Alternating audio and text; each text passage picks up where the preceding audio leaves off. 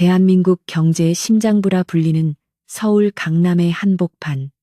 그 중에서도 가장 화려한 위용을 자랑하는 선율 호텔의 그랜드 볼룸은 오늘따라 유난히 눈부신 조명 아래서 숨막히는 긴장감을 자아내고 있었다. 선율 그룹의 창립 30주년을 기념하는 이 성대한 연회에는 정재계의 거물급 인사들과 유명 연예인들이 대거 참석하여 인산인해를 이루고 있었으나 그 화려한 겉모습 이면에는 치열한 권력 다툼과 보이지 않는 암투가 서려 있었다. 천장에 매달린 거대한 샹들리에는 수천 개의 크리스털 조각으로 이루어져 있었고 그것들이 뿜어내는 빛은 아래에 모인 사람들의 탐욕스러운 눈빛을 반사하며 더욱 차갑게 빛나고 있었다.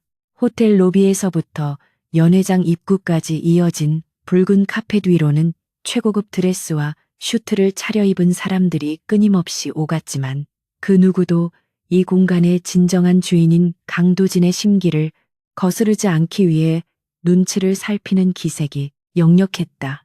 연회장 가장 높은 곳에 위치한 VIP 테라스에서 무표정한 얼굴로 아래를 내려다보고 있는 남자 강도진은 마치 세상을 자신의 발 아래 둔 제왕과도 같은 오라를 뿜어내고 있었다. 34이라는 젊은 나이에 선율 그룹의 총수 자리에 오른 그는 냉철한 판단력과 무자비한 추진력으로 그룹을 재계 1위로 올려놓은 입지전적인 인물이었으나 동시에 피도 눈물도 없는 냉혈한이라는 악명을 함께 얻고 있었다. 그의 완벽하게 재단된 이탈리아산 수제 슈트는 마치 갑옷처럼 그의 단단한 몸을 감싸고 있었고 날카로운 턱선과 차가운 눈매는 그가 겪어온 수많은 전장과도 같은 비즈니스 세계에서의 승리를 대변하는 듯했다. 도진은 한 손에 든 크리스털 샴페인 잔을 가볍게 흔들며 황금빛 액체가 소용돌이 치는 것을 응시하다가 이내 지루하다는 듯 미간을 찌푸리며 잔을 테이블 위에 거칠게 내려놓았다. 오늘 이 자리가 그에게 주는 의미는 단순한 기념식이 아닌 자신을 둘러싼 하이에나 같은 친인척들에게 자신의 건재함을 과시하고 경고를 보내는 자리였기에 그는 한시도 긴장에 끈을 놓을 수 없었다. 특히 호시탐탐 그의 자리를 노리는 배다른 형제들과 계모의 세력이 주주들을 포섭하려 든다는 첩보가 입수된 상황에서 도진은 그들의 숨통을 조일 마지막 카드를 준비하고 있었다. 그의 곁을 지키고 있던 비서실장 김대리는 도진의 기분이 극도로 저기압임을 감지하고 마른 침을 삼키며 조심스럽게 태블릿 PC를 내밀어 오늘의 일정과 주요 인사들의 동선을 보고했다. 도진은 김대리의 보고를 듣는 둥 마는 둥 하며 시선을 연회장 구석으로 돌렸는데 그곳에서는 화려한 꽃장식 뒤에 숨겨진 음모의 냄새가 진동하는 듯하여 역겨움마저 느껴졌다. 그때 연회장의 웅장한 오케스트라 연주가 잠시 멈추고 사회자가 마이크를 잡으려는 찰나 도진은 답답함을 이기지 못하고 테라스를 벗어나 사람들 틈으로 내려가기로 마음먹었다. 그가 움직이자 마치 모세의 기적처럼 인파가 양옆으로 갈라지며 길을 터주었고 사람들은 경외와 두려움이 섞인 눈빛으로 그를 훔쳐보며 수군거렸다.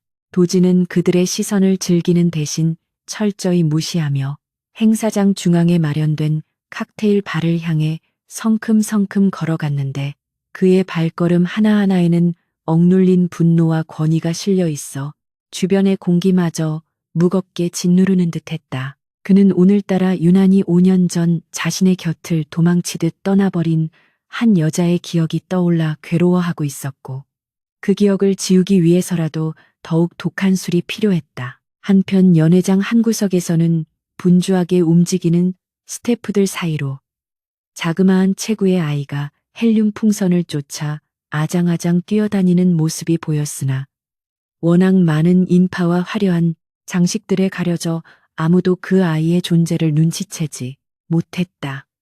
아이는 이제 간내살이 된 듯 보였는데 깔끔한 정장 차림을 하고 있었지만 어딘가 모르게 불안해 보이는 눈빛으로 엄마를 찾고 있는 듯했다. 아이의 이름은 한하늘이었고 엄마가 일하는 곳을 따라왔다가 잠시 한눈을 판 사이에 엄마의 손을 놓치고 길을 잃어버린 상황이었다. 하늘이는 낯선 어른들의 거대한 다리숲 사이를 헤치며 엄마를 부르려 했지만 웅장한 음악 소리와 사람들의 웅성거림에 묻혀 작은 목소리는 허공으로 흩어질 뿐이었다. 운명의 장난처럼 도진이 칵테일바 근처에 다다랐을 때 하늘이는 놓쳐버린 풍선을 잡으려다 중심을 잃고 비틀거렸고 하필이면 그 방향이 도진이 서 있는 곳이었다. 순간적으로 벌어진 일이라 도진의 경호원들조차 미처 대처할 틈이 없었고 아이는 도진의 다리에 부딪히며 손에 들고 있던 포도주스 잔을 놓치고 말았다. 붉은 포도주스는 도진의 티 하나 없이 깨끗한 흰색 셔츠와 최고급 슈트 바지 위로 쏟아지며 마치 핏자국처럼 끔찍한 얼룩을 남겼고 그 광경을 목격한 주변 사람들은 경악하며 숨을 죽였다. 쨍그랑하는 유리잔 깨지는 소리가 연회장에 울려 퍼지자 음악은 뚝 끊겼고 수백 명의 시선이 일제히 사고 현장으로 쏠리며 정막이 감돌았다. 도진은 자신의 옷을 타고 흘러내리는 끈적한 액체의 불쾌한 감촉에 치를 떨며 천천히 고개를 숙여 자신의 발치에 주저앉아 있는 작은 생명체를 내려다보았다. 그의 인내심은 이미 한계치에 다다라 있었고 오늘 하루 종일 쌓였던 스트레스와 겹쳐 이 사소한 사고는 그의 이성을 끊어놓는 기폭제가 되고 말았다. 그는 자신이 가장 혐오하는 것이 실수와 무능력, 그리고 통제되지 않는 상황이라는 것을 잊은 채 끓어오르는 분노를 주체하지 못하고 사자우를 토해내듯 소리쳤다. 누구 애냐, 관리 안 하고 뭐 하는 거야. 당장 책임자 불러와. 그의 고함 소리는 넓은 연회장을 쩌렁쩌렁 울리며 모든 사람을 공포에 떨게 만들기에 충분했다. 바닥에 주저앉아 덜덜 떨고 있던 하늘이는 무시무시한 아저씨의 고함 소리에 놀라 울음조차 터뜨리지 못하고 고개를 푹 숙인 채 작은 어깨만 들썩이고 있었다.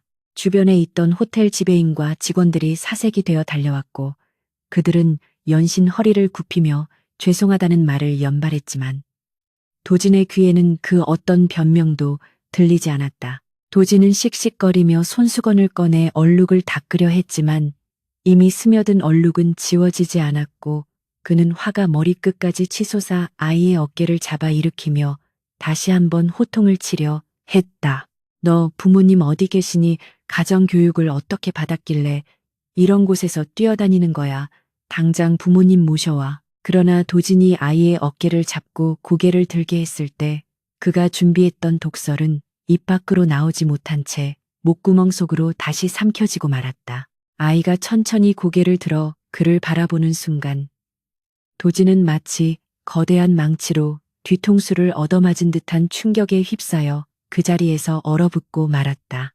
아이의 얼굴은 도진이 거울을 볼 때마다 마주하던 자신의 어린 시절 모습과 소름 끼칠 정도로 똑같았기 때문이었다. 짙고 날카로운 눈썹과 쌍꺼풀 없이 길게 찢어진 눈매 오뚝한 콧날, 그리고 앙다문 입술 모양까지 세상 그 어떤 유전자 검사보다 더 확실한 증거가 아이의 얼굴 그 자체에 새겨져 있었다. 주변의 소음이 완전히 차단된 채 오직 도진과 아이만이 존재하는 듯한 기묘한 정적 속에서 도진은 자신의 심장이 미친 듯이 요동치는 것을 느꼈다. 이것은 단순한 닮은 꼴이 아니었고 우연이라고 치부하기에는 너무나도 명백한 핏줄의 끌림이 그의 본능을 자극하고 있었다. 도진은 떨리는 손으로 아이의 얼굴을 만지려다가 흠칫 놀라 손을 거두었고 자신의 눈을 의심하며 다시 한번 아이의 얼굴을 뚫어지게 쳐다보았다. 아이는 무서운 아저씨가 갑자기 조용해지자 겁에 질린 눈망울로 도진을 올려다 보았는데 그 눈빛마저도 도진이 가끔 거울 속에서 발견하던 외로움과 고독을 담고 있어 도진의 가슴을 후벼 팠다. 그 순간 인파를 헤치고 다급하게 달려오는 하이힐 소리가 들려왔고 도진의 시선이 소리나는 쪽으로 천천히 옮겨갔다. 하늘아, 하나늘 어디 있어? 제발 대답 좀 해봐. 찢어질 듯한 비명에 가까운 목소리와 함께 흐트러진 머리카락과 창백해진 얼굴의 한 여자가 그들 앞으로 뛰어들었다. 그녀는 검은색 정장 유니폼을 입고 있었는데 가슴에 달린 명찰에는 이벤트 기획팀 한여름이라는 이름이 선명하게 박혀 있었다. 여름은 아이가 무사한 것을 확인하고 안도의 한숨을 내쉬며 아이를 끌어안으려 했으나 아이 앞에 서 있는 거대한 남자의 존재를 인식하고는 고개를 들어 그를 바라보았다. 여름의 눈동자가 커다랗게 확장되며 핏기가 싹 가시는 것을 본 도지는 확신을 넘어선 전율을 느꼈다. 5년 전 그토록 모질게 자신을 밀어내고 사라졌던 여자. 자신의 심장을 갈기갈기 찢어놓고 흔적도 없이 증발해버렸던 그 한여름이 바로 눈앞에 서 있었다. 그리고 그녀의 품에 안겨있는 저 아이는 누가 봐도 강도진의 유전자를 그대로 물려받은 자신의 분신임이 틀림없었다. 도진의 머릿속에서는 수만 가지의 질문과 분노, 배신감, 그리고 알 수 없는 환희가 뒤섞여 혼란스러운 폭풍우가 몰아쳤지만 그의 입에서는 차마 아무런 말도 나오지 않았다. 여름은 도진을 보자마자 사색이 되어 아이를 자신의 등 뒤로 숨기며 뒷걸음질 쳤는데 마치 포식자 앞에서 새끼를 보호하려는 어미 짐승과도 같은 본능적인 행동이었다. 죄송합니다. 회장님. 제가 아이 관리를 잘못해서 정말 죄송합니다. 변상해 드리겠습니다. 용서해 주세요. 여름은 떨리는 목소리로 횡설수설하며 도진의 시선을 피하려 애썼지만 도진은 그녀를 놓아줄 생각이 추호도 없었다. 그는 천천히 한 걸음씩 그녀에게 다가갔고 그가 내딛는 발걸음마다 여름은 숨이 막혀오는 공포를 느끼며 주춤거렸다. 도진은 여름의 손목을 낚아채며 낮고 으르렁거리는 목소리로 물었다. 변상. 그게 지금 중요해. 이 아이 정체가 뭐야? 한여름 대답해. 이 아이 누구야? 도진의 목소리는 분노로 인해 떨리고 있었지만 그 이면에는 제발 자신의 추측이 맞기를 바라는 간절함이 묻어 있었다. 여름은 도진의 악력에 고통스러운 듯 미간을 찌푸리면서도 끝까지 시선을 회피하며 고개를 저었다. 아니에요. 회장님이 생각하시는 그런 거 아니에요. 그냥 제 아이예요. 회장님과는 상관없는 아이라고요. 놔주세요. 그녀의 부정은 도진의 확신에 기름을 붓는 격이었고 그는 코웃음을 치며 아이와 자신의 얼굴을 번갈아 가리켰다. 상관이 없어 지나가는 개가 웃겠군. 거울도 안 보고 사나봐. 내 얼굴이랑 똑같이 생긴 저 아이가 나랑 상관이 없다고 지금 나를 바보로 아는 건가. 도진의 눈빛은 더욱 매섭게 빛났고 주변 사람들은 이 기막힌 상황을 숨죽여 지켜보며 스마트폰을 꺼내 촬영하려는 움직임조차 보이지 못할 정도로 분위기에 압도되어 있었다. 이 상황은 단순한 해프닝을 넘어 선율 그룹의 미래를 뒤흔들 거대한 스캔들의 서막임을 직감한 비서실장이 급히 경호원들에게 신호를 보내 주변을 통제하기 시작했다. 도진은 경호원들이 바리케이드처럼 자신들을 둘러싸자 더욱 노골적으로 여름을 압박했다. 5년 동안 어디서 뭘 하고 살았는지, 그리고 왜 나한테 말 한마디 없이 사라졌는지 그 모든 걸 묻고 싶지만 지금은 단 하나만 묻겠다. 이 아이 내 아이 맞지? 거짓말할 생각하지 마. 유전자 검사까지 갈 필요도 없이 내 눈이 증거고 내 피가 증거니까. 도진의 말은 비수처럼 여름의 가슴에 꽂혔고 그녀는 더 이상 도망칠 곳이 없음을 깨닫고 절망적인 표정으로 입술을 깨물었다. 그녀의 눈가에 고인 눈물이 조명을 받아 반짝였지만 도진은 그 눈물에 약해지지 않으려 애쓰며 잡은 손목에 더욱 힘을 주었다. 하늘이는 엄마가 우는 모습을 보자 용기를 내어 도진의 다리를 고사리 같은 손으로 밀쳐내며 소리쳤다. 우리 엄마 괴롭히지 마요. 나쁜 아저씨 저리 가요. 엄마 울리지 말란 말이야. 아이의 외침은 도진의 가슴을 쿵 하고 울렸고 그는 잠시 멍하니 아이를 바라보았다. 나쁜 아저씨라는 말이 이토록 아프게 들릴 줄은 몰랐고 동시에 자신을 밀쳐내는 아이의 힘없는 손길에서조차 묘한 혈육의 정을 느끼는 자신이 우스웠다. 도진은 아이의 저항에도 아랑곳하지 않고 여름의 눈을 똑바로 응시하며 마지막 통첩을 날렸다. 여기서 소란 피우고 싶지 않아. 조용히 내 집무실로 따라와. 거기서 제대로 이야기하지. 만약 도망치려 하거나 딴짓을 했다간 그땐 정말 내가 무슨 짓을 할지 장담 못해. 특히 아이를 데리고 내 눈앞에서 사라질 생각은 꿈도 꾸지 마. 이제 내가 이 아이를 알게 된 이상 절대 놓치지 않을 테니까. 도진의 선전포고는 단호했고 그 어떤 타협의 여지도 남겨두지 않았다. 여름은 창백해진 얼굴로 아이를 꼭 끌어안은 채 고개를 떨구었고 도진은 그녀의 손목을 놓아주며 앞장서서 걸어갔다. 그의 뒤를 따르는 여름의 발걸음은 천근만근 무거웠지만 아이의 손을 잡은 그녀의 손에는 식은땀이 흥건했다. 그녀는 알고 있었다. 오늘 이 만남으로 인해 자신과 하늘이의 평온했던 삶은 산산조각이 났으며 이제 거대한 폭풍 속으로 빨려 들어가게 될 것임을. 하지만 동시에 마음 한구석에서는 언젠가는 닥쳐올 일이었음을 예감하고 있었기에 체념과 동시에 아이를 지켜야 한다는 강한 모성애가 꿈틀거렸다. 도진은 엘리베이터로 향하면서도 곁눈질로 계속해서 아이를 살폈는데 아이의 걸음걸이 하나하나가 자신의 어린 시절을 비디오로 재생하는 듯하여 기가 막힐 따름이었다. 엘리베이터 문이 닫히고 밀폐된 공간에 세 사람만이 남게 되자 공기는 더욱 무겁게 가라앉았다. 투명한 유리벽 너머로 보이는 서울의 야경은 화려하게 빛나고 있었지만 엘리베이터 안에 세 사람은 각기 다른 생각과 감정으로 복잡하게 얽혀 있었다. 도진은 거울을 통해 아이를 훔쳐보았고 아이는 엄마의 다리 뒤에 숨어 도진을 경계했으며 여름은 바닥만 응시하며 다가올 신문에 대비해 마음을 다잡고 있었다. 5년이라는 긴 시간 동안 묻어두었던 진실의 판도라 상자가 이제 막 열리려 하고 있었다. 도진은 넥타이를 거칠게 풀어헤치며 긴 한숨을 내쉬었다. 그의 머릿속은 이미 비즈니스가 아닌 육아와 친자 확인, 그리고 지난 5년의 공백을 어떻게 메울 것인가에 대한 계산으로 가득 차 있었다. 그는 절대 손해보는 장사를 하지 않는 사업가였고 이번 거래의 대상은 자신의 핏줄, 자신의 아들이었다. 그는 이 아이를 되찾기 위해서라면 자신이 가진 모든 것을 걸어서라도 싸울 준비가 되어 있었다. 엘리베이터가 최상층에 도착하며 띵하는 소리와 함께 문이 열렸을 때 도진은 뒤를 돌아보며 여름과 아이에게 들어오라는 손짓을 했다. 그것은 초대가 아닌 거부할 수 없는 명령이었고 새로운 운명의 시작을 알리는 신호탄이었다. 집무실의 문이 닫히는 소리가 무겁게 울려 퍼지며 세 사람은 외부와 단절된 그들만의 공간에 갇히게 되었다. 도진은 책상으로 가서 인터폰을 눌러 비서실장에게 지시를 내렸다. 지금부터 아무도 들이지 마. 내 허락 없이는 개미새끼 한 마리도 들어오지 못하게 해.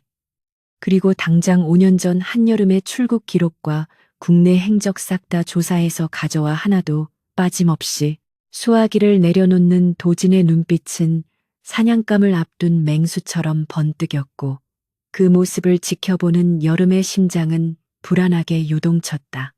이제 피할 수 없는 진실 게임이 시작되었다. 선율 호텔 최상층에 위치한 회장 집무실은 마치 진공 상태처럼 숨막히는 정적만이 감돌고 있었고 그 안에 있는 세 사람은 각기 다른 긴장감에 휩싸여 있었다. 강도진은 육중한 마호가니 책상 뒤에 앉아 있었지만 시선은 서류가 아닌 소파 구석에 위태롭게 앉아 있는 한여름과 그녀의 품에 안겨 있는 아이에게 고정되어 있었다. 아이는 낯선 환경과 무거운 공기에 겁을 먹었는지 여름의 옷자락을 꽉 쥐고 있었지만 호기심 가득한 눈빛으로 도진을 힐끔거리는 모습이 영락없는 도진의 축소판이었다.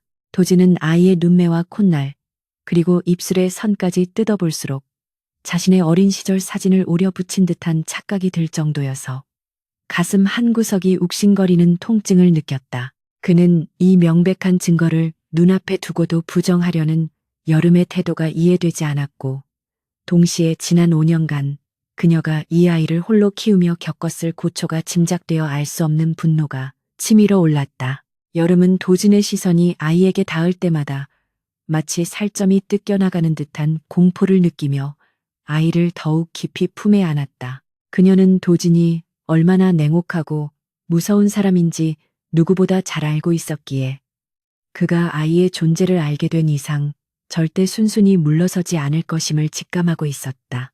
여름은 마른 침을 삼키며 떨리는 목소리로 입을 열었지만 그 목소리는 그녀의 의지와는 다르게 허공에서 힘없이 흩어졌다. 회장님 정말 오해십니다. 이 아이는 제 아이일 뿐 회장님과는 아무런 관련이 없습니다. 제발 저희를 보내주세요. 그녀의 애원에도 도진의 표정은 미동조차 없었고 오히려 차갑게 식은 눈빛으로 그녀를 꿰뚫어 볼 듯이 응시하며 천천히 자리에서 일어났다. 도진이 천천히 다가오자 여름은 본능적으로 몸을 움츠렸지만 도진은 그녀에게 손을 대는 대신 아이의 눈높이에 맞춰 무릎을 굽히고 앉았다. 가까이서 본 아이의 얼굴은 충격적일 정도로 그와 닮아 있었고 도진은 홀린 듯이 손을 뻗어 아이의 볼을 쓰다듬으려 했다. 아이는 낯선 아저씨의 손길에 흠칫 놀라 고개를 돌렸지만 도진은 그 거부조차도 자신을 닮아 까칠한 성격 탓이라 여기며 씁쓸한 미소를 지었다. 그는 낮은 목소리로 아이에게 이름을 물었고 아이는 엄마의 눈치를 살피다 기어들어가는 목소리로 한하늘이라고 대답했다. 하늘이라는 이름은 도진이 과거 여름과 연애하던 시절 나중에 아이를 낳으면 짓고 싶다고 스치듯 말했던 이름이었기에 도진의 심장은 다시 한번 쿵 하고 내려앉았다. 도진은 자리에서 일어나 여름을 내려다보며 차가운 어조로 경고했다. 한하늘이라 이름조차 내 기억을 들쑤시는군. 지금은 일단 보내주겠지만 착각하지 마. 이건 자비가 아니라 확인 절차일 뿐이야. 도진은 인터폰을 눌러 비서실장에게 두 사람을 집까지 데려다 주라고 지시했지만 그것은 호의가 아니라 도주를 막기 위한 감시였다. 여름은 도진의 말에 안도감보다는 더 큰 불안감을 느꼈지만 지금 당장은 이 숨막히는 공간을 벗어나는 것이 우선이었기에 서둘러 아이를 안고 집무실을 빠져나갔다. 도진은 닫히는 문 너머로 사라지는 두 사람의 뒷모습을 끝까지 지켜보며 주먹을 꽉 쥐었고 손톱이 살을 파고드는 고통으로 현실 감각을 유지하려 애썼다. 호텔을 빠져나온 여름은 비서실장이 내어준 고급 세단을 거절하고 서둘러 택시를 잡아탔지만 백미러를 통해 검은색 차량이 따라붙는 것을 보고 절망했다. 그녀는 도진이 이미 자신을 손바닥 위에 올려놓고 감시하고 있음을 깨달았고 집으로 가는 내내 불안에 떨며 손톱을 물어뜯었다. 아이는 엄마의 불안을 감지하고 조용히 엄마의 손을 잡아주었지만 그 작은 온기조차 여름의 공포를 잠재우기에는 역부족이었다. 택시는 강남의 화려한 빌딩 숲을 지나 점차 낡고 허름한 주택가로 들어섰고 여름은 익숙한 골목길에 들어서자마자 기사에게 돈을 지불하고 아이를 안고 뛰다시피 차에서 내렸다. 그녀가 사는 곳은 가파른 언덕 위에 위치한 낡은 빌라의 반지하 방이었고 화려했던 선율 호텔과는 비교조차 할 수 없는 비참한 현실이었다. 집에 들어선 여름은 거친 숨을 몰아쉬며 현관문을 잠그고 걸쇠까지 걸었지만 그것으로 도진을 막을 수 없다는 것을 누구보다 잘 알고 있었다. 그녀는 떨리는 손으로 여행 가방을 꺼내 옷가지들을 닥치는 대로 집어넣기 시작했고 영문을 모르는 하늘이는 칭얼거리며 엄마의 옷자락을 잡아당겼다. 엄마, 우리 어디가? 아까 그 무서운 아저씨가 또 쫓아와. 아이의 순진한 질문에 여름은 가슴이 미어지는 듯한 통증을 느끼며 아이를 끌어안고 눈물을 터뜨렸다. 미안해 하늘아, 엄마가 미안해. 우리 멀리 가서 살자. 아무도 모르는 곳으로 가서 우리 둘이서만 살자. 그녀는 5년 전 도진의 계모로부터 받았던 협박과 모욕을 떠올리며 다시는 그 지옥 같은 곳으로 돌아가지 않겠다고 다짐했다. 한편 집무실에 남겨진 도진은 비서실장이 가져온 두툼한 조사 보고서를 한 장씩 넘길 때마다 미간을 찌푸리며 분노를 삼키고 있었다. 보고서에는 여름이 5년 전 한국을 떠나지 않고 지방의 소도시를 전전하며 숨어 살았다는 사실과 미혼모로서 겪어야 했던 생활고가 적나라하게 기록되어 있었다. 특히 아이의 생년월일은 도진과 헤어진 시점과 정확히 맞아떨어졌고 출생신고서에 붙인 란이 공란으로 비어있다는 사실은 도진의 의심을 확신으로 바꿔놓았다. 그는 자신이 그동안 계모와 이복 형제들의 농간에 속아 여름이 다른 남자와 도망쳤다고 믿고 있었던 지난날의 자신을 저주하며 서류를 바닥으로 집어 던졌다. 도진은 재킷을 챙겨 입고 주차장으로 향하며 비서실장에게 차를 대기시키라고 소리쳤는데 그의 목소리에는 살기마저 느껴졌다. 그는 직접 운전대를 잡고 여름의 집이 있는 강북의 달동네로 향했고 엑셀러레이터를 밟는 그의 발에는 망설임이 없었다. 화려한 네온사인이 번쩍이는 강남대로를 벗어나 좁고 어두운 골목길로 들어설수록 도진의 표정은 더욱 굳어졌고 이런 곳에서 자신의 아이가 자랐다는 사실에 참을 수 없는 화가 치밀어 올랐다.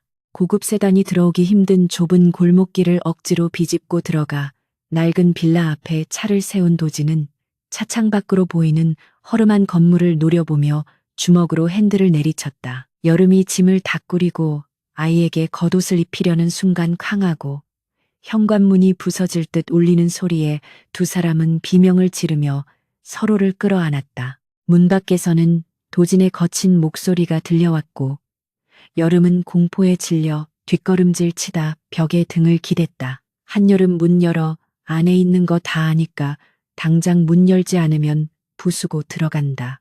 도진의 목소리는 더 이상 이성적인 CEO의 것이 아니라 새끼를 찾으러 온 야수의 포효와 같았고 낡은 철문은 그의 발길질에 위태롭게 흔들렸다.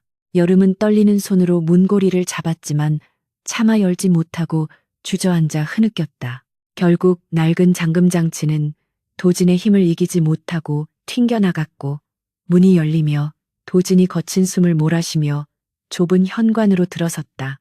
곰팡이 냄새와 습기가 가득한 반지하 방의 풍경은 도진에게 충격 그 자체였고 그 좁은 공간에 웅크리고 있는 두 사람의 모습은 그의 가슴을 후벼 팠다. 도진은 신발도 벗지 않은 채 방으로 들어와 여름의 앞에 놓인 여행 가방을 발로 차버리며 소리쳤다. 도망도 도망치려고 내가 널 찾았는데 또다시 내 눈앞에서 사라지려고 작정한 거야.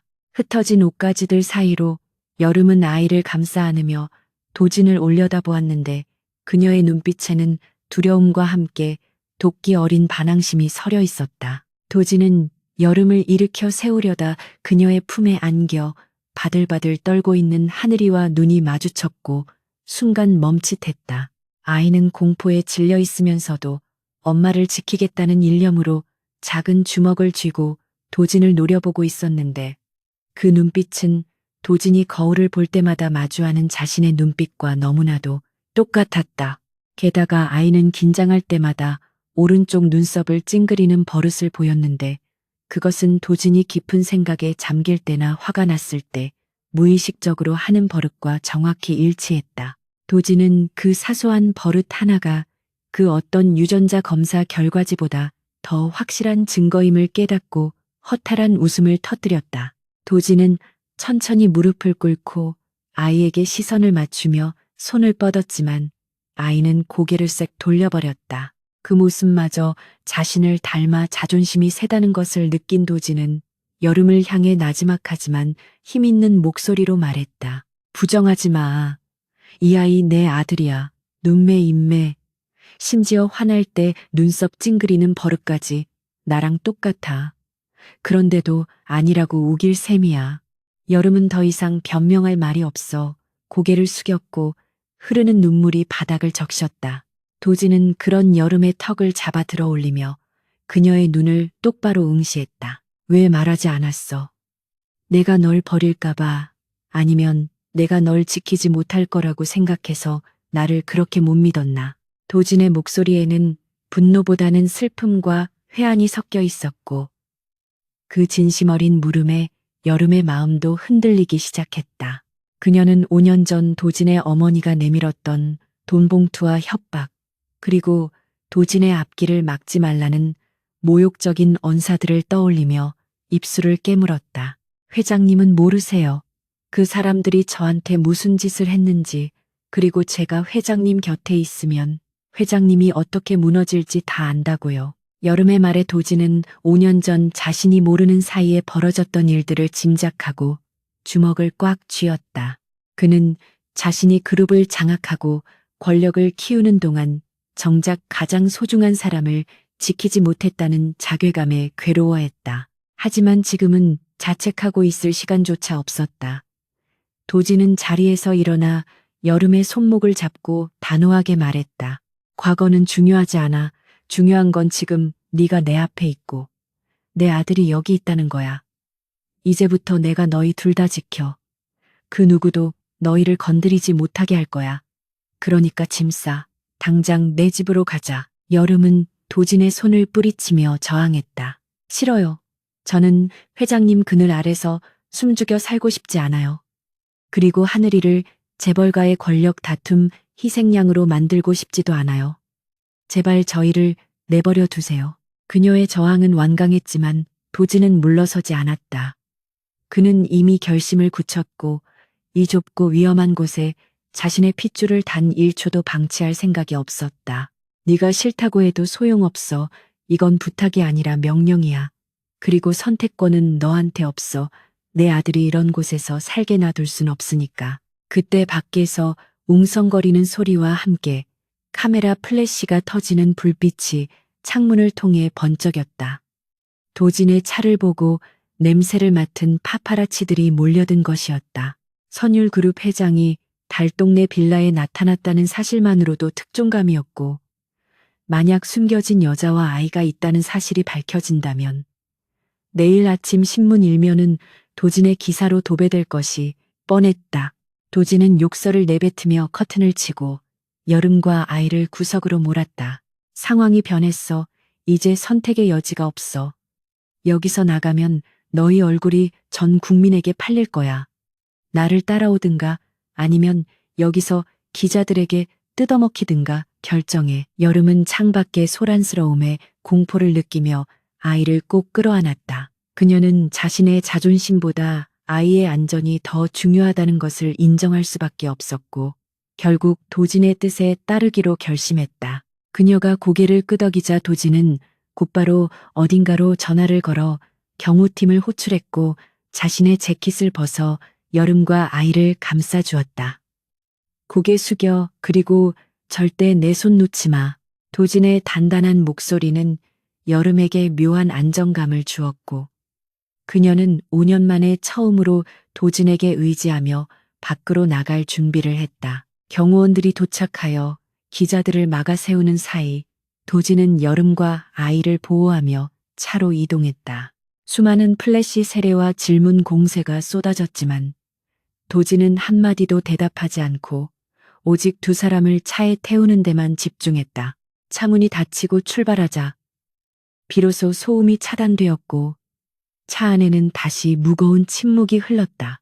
도진은 백미러로 뒷좌석에 앉은 여름과 잠든 아이를 확인하며 깊은 한숨을 내쉬었다. 이제 되돌릴 수 없는 강을 건넜고 앞으로 닥쳐올 거대한 파도와 맞서 싸워야 한다는 사실을 뼈저리게 느끼고 있었다. 그의 눈빛은 5년 전보다 훨씬 더 깊고 어둡게 가라앉아 있었다.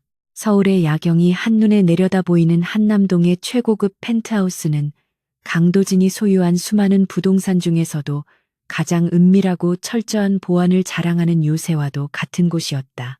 도진의 차가 지하 주차장의 육중한 철문을 통과해 미끄러지듯 들어오자 대기하고 있던 수행원들이 일사불란하게 움직이며 주위를 경계했다. 차 뒷좌석에서 잠든 한하늘을 조심스럽게 안아든 도진은 아이의 체온이 자신의 슈트 너머로 전해지는 낯선 감각에 잠시 멈칫했지만 이내 단단한 표정으로 엘리베이터로 향했다. 한여름은 마치 도살장에 끌려온 짐승처럼 창백한 얼굴로 도진의 뒤를 따랐지만 그녀의 눈동자는 도진의 품에 안긴 아이에게서 한시도 떨어지지 않았다. 엘리베이터가 초고속으로 상승하며 귀가 먹먹해지는 느낌이 들자 여름은 현기증을 느꼈지만 도진은 그런 그녀를 돌아보지도 않은 채 오직 전면의 숫자판만을 응시하고 있었다. 이곳은 도진이 철저하게 외부와 단절된 채 휴식을 취하는 공간이었기에 그 어떤 불청객도 발을 들인 적이 없는 금단의 구역이었다. 거실에 들어서자마자 도진은 아이를 안방의 킹사이즈 침대 위에 눕혔고 아이는 낯선 친구의 푹신함에 뒤척이다가 다시 깊은 잠에 빠져들었다. 도진은 아이의 머리카락을 쓸어 넘기며 잠시 그 얼굴을 바라보다가 뒤따라 들어온 여름을 향해 턱짓으로 거실을 가리켰다. 여름이 방을 나가자 도지는 조명을 낮추고 문을 조심스럽게 닫은 뒤 거실로 나와 소파에 깊숙이 몸을 파묻었다. 넓은 통유리창 너머로 보이는 서울의 불빛들은 마치 보석을 흩뿌려 놓은 듯 아름다웠지만 도진의 눈에는 그저 차가운 인공 조명일 뿐이었다. 그는 테이블 위에 놓인 위스키 병을 따서 잔에 가득 채운 뒤 단숨에 들이켰고 타는 듯한 액체가 목구멍을 넘어가자 그제야 긴장이 조금 풀리는 듯했다. 여름은 거실 한 구석에 서서 불안한 손놀림으로 옷자락을 만지작거리고 있었는데 도지는 그런 그녀에게 앉으라는 말 대신 서류 봉투 하나를 거칠게 던졌다. 비서실장이 목숨을 걸고 파헤쳐온 그 서류 봉투 안에는 5년 전 여름이 왜 도진을 떠날 수밖에 없었는지에 대한 잔혹한 진실이 담겨 있었다. 도진은 여름이 봉투를 열어보기도 전에 차갑게 웃으며 입을 열었는데 그 웃음에는 자조와 분노가 뒤섞여 있었다. 네가 돈 때문에 떠난 줄 알았어. 아니면 다른 남자가 생겼거나 그것도 아니면 내가 지겨워졌다고 생각했지. 그런데 그게 아니더군. 도진의 말에 여름의 어깨가 움찔했고 그녀는 봉투를 집어들 생각조차 하지 못한 채 고개를 숙였다. 도진은 자리에서 일어나 여름에게 다가가며 말을 이었다. 우리 새어머니 최숙자 여사가 내 병든 어머니 병원비를 빌미로 협박했다는 걸 왜 말하지 않았지? 그리고 네가 떠나지 않으면 나를 후계자 자리에서 끌어내리겠다고 했다는 건 왜 숨겼어? 내가 그렇게 무능해 보였나? 여름은 도진의 추궁에 입술을 깨물며 눈물을 참으려 애썼지만 5년 동안 가슴 속에 묻어두었던 억울함과 슬픔이 본물 터지듯 밀려나왔다. 회장님은 그때 겨우 상무 자리에 오르셨고 그룹 내 입지가 불안했어요. 제가 버티면 회장님이 무너질 게 뻔한데 어떻게 말해요.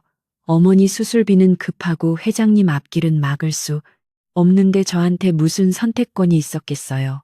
여름의 절규 섞인 외침은 도진의 가슴을 날카롭게 후벼 팠고 그는 자신이 오해와 원망 속에서 보낸 지난 5년이 얼마나 어리석었는지 깨닫고 주먹을 꽉 쥐었다.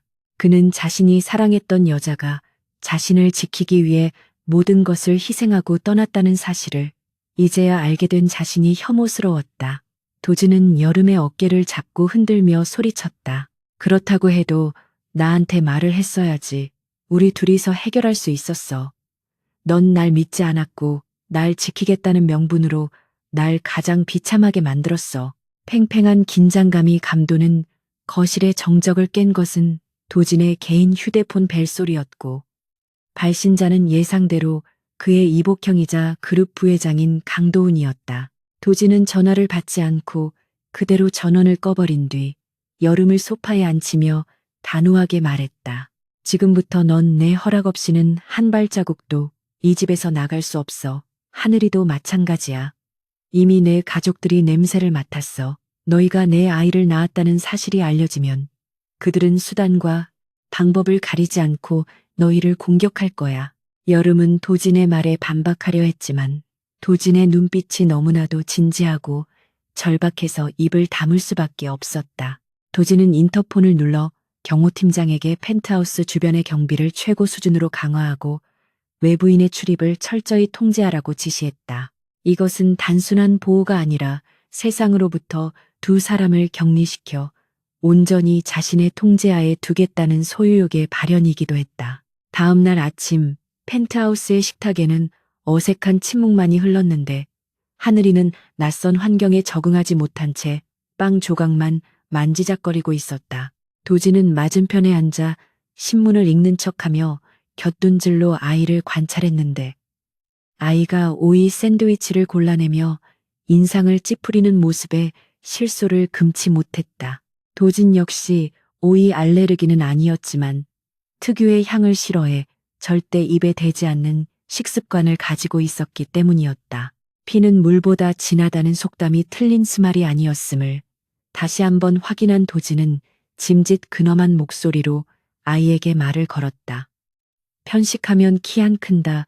골고루 먹어야 튼튼해지지. 하늘이는 도진의 말에 입을 삐죽이며 엄마를 쳐다보았고 여름은 난처한 표정으로 아이에게 억지로 샌드위치를 먹이려 했으나 도진이 손을 들어 제지했다. 나도 싫다는데 억지로 먹이지 마. 나도 오이 싫어해. 그 시각 강남구 삼성동에 위치한 선율그룹 본가에서는 도진의 계모 최숙자 여사가 분노에 차 도자기 화병을 집어 던지고 있었다. 바닥에 산산조각이 난 도자기 파편들은 마치 그녀의 무너진 자존심과도 같았고 거실에 모인 가신들은 숨조차 제대로 쉬지 못한 채 고개를 숙이고 있었다. 최 여사는 손에 든 태블릿 PC 화면에 뜬 도진과 아이의 사진을 노려보며 이를 갈았다. 그 천박한 것이 감히 내 아들 앞길을 막으려고 애새끼까지 달고 나타나 유전자 검사도 안 했다고 들었어. 하지만 저 얼굴을 봐. 누가 봐도 강도진 핏줄이야. 저 아이가 호적에 오르는 순간 도훈이의 승계 구도는 끝장이야. 그녀는 옆에 서 있던 비서에게 당장 언론사를 움직여 찌라시를 퍼뜨리라고 지시했다. 아이의 친부가 불분명하다거나 한여름이 과거에 문란한 생활을 했다는 식의 악성 루머를 조작해서라도 도진의 발목을 잡으려 했다. 도진이 출근을 위해 옷을 갈아입고 나왔을 때 여름은 현관 앞에서 그를 기다리고 있었다. 그녀는 결심을 굳힌 듯 비장한 표정으로 도진을 막아섰다. 회장님 말씀대로 어젯밤은 여기서 묵었지만 더 이상은 안 돼요. 저와 하늘이는 원래 살던 곳으로 돌아가겠습니다. 남들 눈 피해서 조용히 살게요. 제발 보내주세요. 하지만 도진은 넥타이를 매무새를 고치며 차갑게 대꾸했다. 조용히 산다고 네가 숨는다고 해서 세상이 널 놔둘 것 같아. 이미 인터넷에는 네 신상이 털리고 있고 기자들이 네 집 앞에 진을 치고 있어. 네가 나가는 순간 하늘이는 카메라 플래시 세례의 멘탈이 나가고 너는 마녀 사냥을 당할 거야. 그게 네가 원하는 모성애인가? 도진은 태블릿을 꺼내 실시간 검색어 순위와 악성 댓글들을 보여주었고 여름은 화면을 보자마자 다리에 힘이 풀려 주저앉을 뻔했다. 도진은 비틀거리는 여름을 부축하며 그녀의 귀에 나직이 속삭였다. 선택해 밖으로 나가서 저 하이에나들에게 뜯어먹히든가 아니면 내 곁에서 안전하게 보호받든가. 나는 5년 전처럼 무력하지 않아. 너와 아이를 지킬 힘이 있고 누구도 건드리지 못하게 할 거야. 하지만 그 대가로 넌 내 곁에 있어야 해. 내 눈 닿는 곳에 내 숨이 닿는 곳에. 그것은 제안이 아니라 통보였고 여름은 도진의 품 안에서 벗어날 수 없는 거미줄에 걸린 나비와도 같은 처지가 되었음을 직감했다. 그녀는 떨리는 목소리로 물었다. 왜 이렇게까지 하시는 거죠? 제가 밉지 않으세요? 도진은 잠시 침묵하다가 여름의 눈을 깊이 바라보며 대답했다. 미워했지. 죽도록 미워했어. 하지만 그 미움보다 더 큰 게 있었나 봐. 그리고 이제 내 아들이라는 확실한 인질까지 생겼으니 난 절대 이 거래를 깰 생각이 없어. 도진이 회사로 출근한 후 펜트하우스에 남겨진 여름과 하늘이는 마치 감옥에 갇힌 죄수처럼 불안한 시간을 보냈다. 집안 곳곳에는 도진의 취향이 묻어나는 고가 미술품과 가구들이 배치되어 있었지만 온기라고는 찾아볼 수 없었다. 하늘이는 창밖을 보며 집에 가고 싶다고 보챘지만 여름은 아이를 달래며 동화책을 읽어주는 것 외에는 할 수 있는 것이 없었다. 점심 무렵 초인종 소리 대신 현관 비밀번호가 눌리는 소리가 들렸고 도진의 비서실장 김 대리가 아닌 낯선 중년 여성이 가사 도우미들과 함께 들어왔다. 그녀는 최 여사가 보낸 사람이 분명했고 들어오자마자 여름을 훑어보며 비웃음을 날렸다. 여기가 어디라고 감히 발을 들여.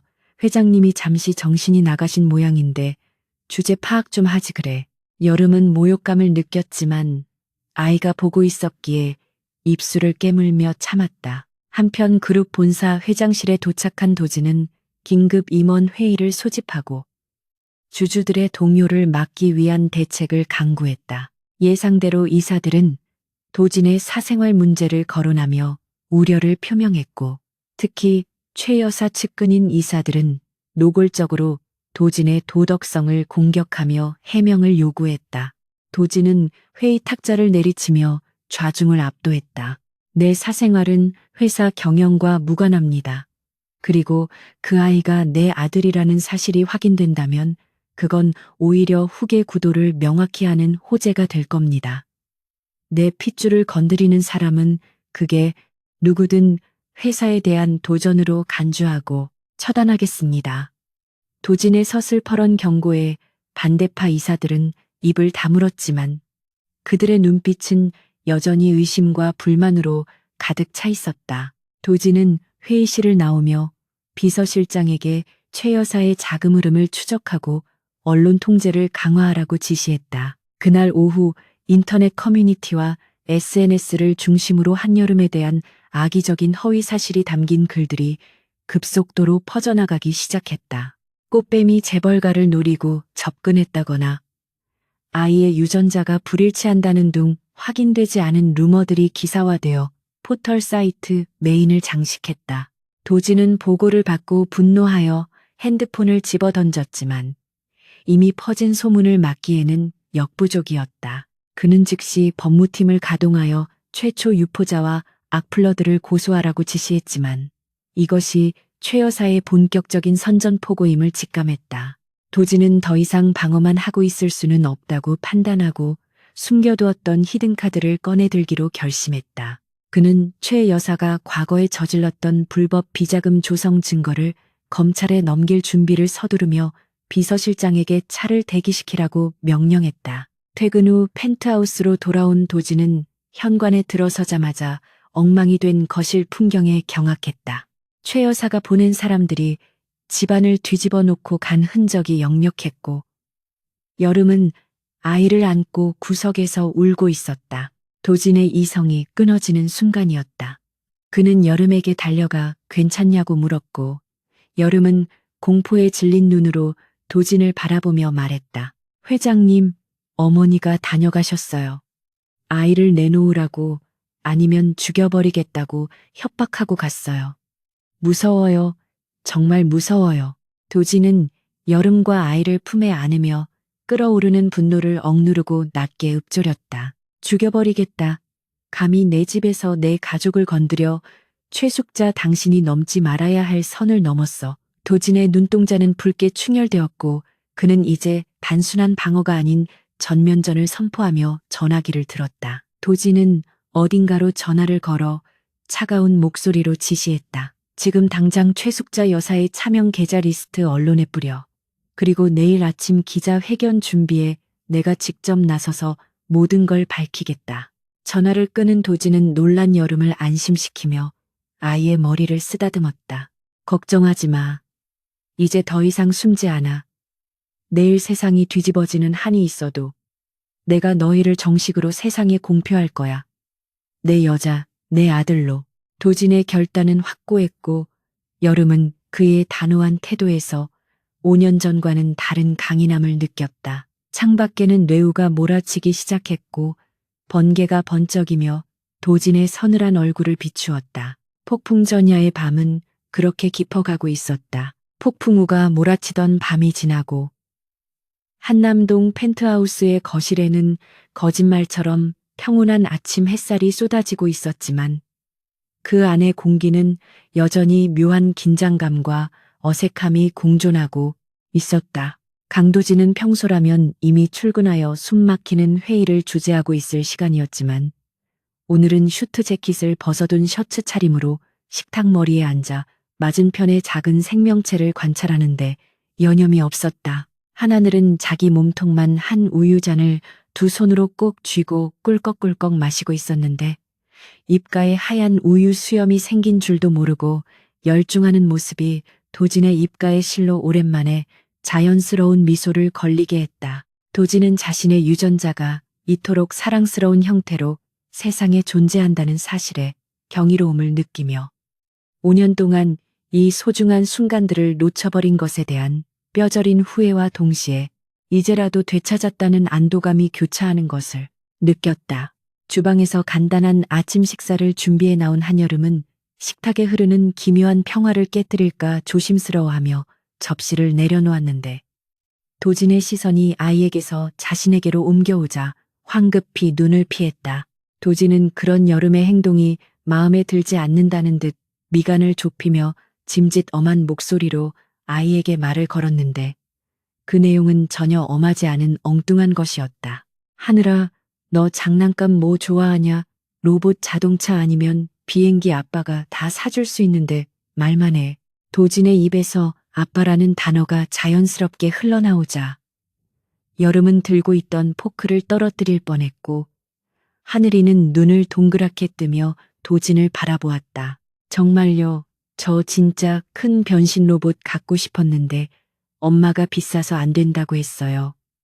아저씨가 진짜 사줄 수 있어요. 아이가 아저씨라고 부르는 것에 살짝 자존심이 상한 도진은 헛기침을 하며 비서실장에게 전화를 걸어 당장 시중에서 구할 수 있는 최고급 변신 로봇 시리즈를 전부 사오라고 지시를 내렸다. 여름은 기가 막힌다는 표정으로 도진을 말리려 했지만 도진은 아이의 환심을 사기 위해서라면 백화점 하나를 통째로 사들일 기세였다. 도진은 전화를 끊고 의기양양한 표정으로 아이를 보며 말했다. 아저씨, 아니야, 아빠라고 해봐. 아빠가 세상에서 제일 힘도 세고 돈도 많아. 네가 원하는 건 뭐든지 다 해줄 수 있어.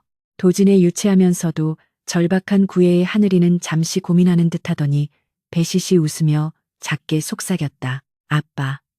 그 작은 한마디가 도진의 심장에 꽂히는 순간 그는 천하를 얻은 듯한 전율을 느꼈고 30년 넘게 쌓아온 냉철한 이성의 벽이 와르르 무너져 내리는 것을 경험했다. 그날 오후 도진은 밀린 결제 서류들을 처리하기 위해 서재에 틀어박혀 있었지만 그의 정신은 온통 거실에서 들려오는 아이의 웃음소리에 쏠려 있어 집중할 수가 없었다.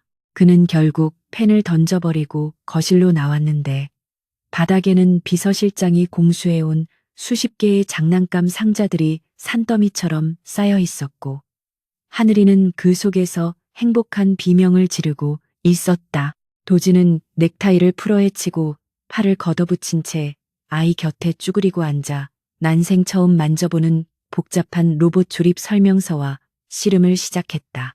기업 인수 합병보다 더 어렵게 느껴지는 플라스틱 조각들을 맞추며 끙끙대는 도진의 모습은 영락없는 초보 아빠였고 그 모습을 지켜보던 여름의 마음속에 있던 얼음장 같은 경계심도 조금씩 녹아내리기 시작했다.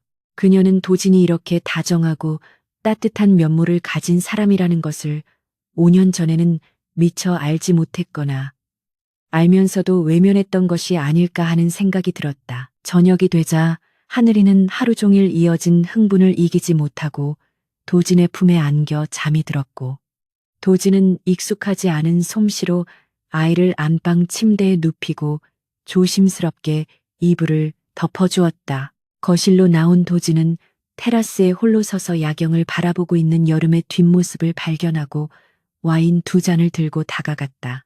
여름은 인기척에 놀라 뒤를 돌아보았지만 도진은 아무 말 없이 그녀에게 와인잔을 건네며 난간에 기대어 섰다. 5년 전에는 우리가 이렇게 마주보고 술 한 잔 기울일 여유조차 없었지. 항상 쫓기듯 만났고 불안해했으니까. 도진의 씁쓸한 회상의 여름은 고개를 끄덕이며 와인을 한 모금 마셨는데 알코올의 기운이 긴장된 신경을 이완시켜주는 듯했다. 도진은 여름의 눈을 깊이 들여다보며 오랫동안 가슴속에 담아두었던 질문을 던졌다. 그때 어머니가 돈봉투를 내밀었을 때 왜 나한테 와서 화내지 않았어? 차라리 나한테 따지고 욕이라도 하지 그랬어. 그럼 내가 어떻게든 해결했을 텐데 왜 바보처럼 혼자 감당하려고 했냐고. 여름은 눈가에 고이는 눈물을 참으며 떨리는 목소리로 대답했다. 무서웠어요. 회장님이 가진 모든 걸 잃게 될까봐. 그리고 회장님이 저를 원망하게 될까봐.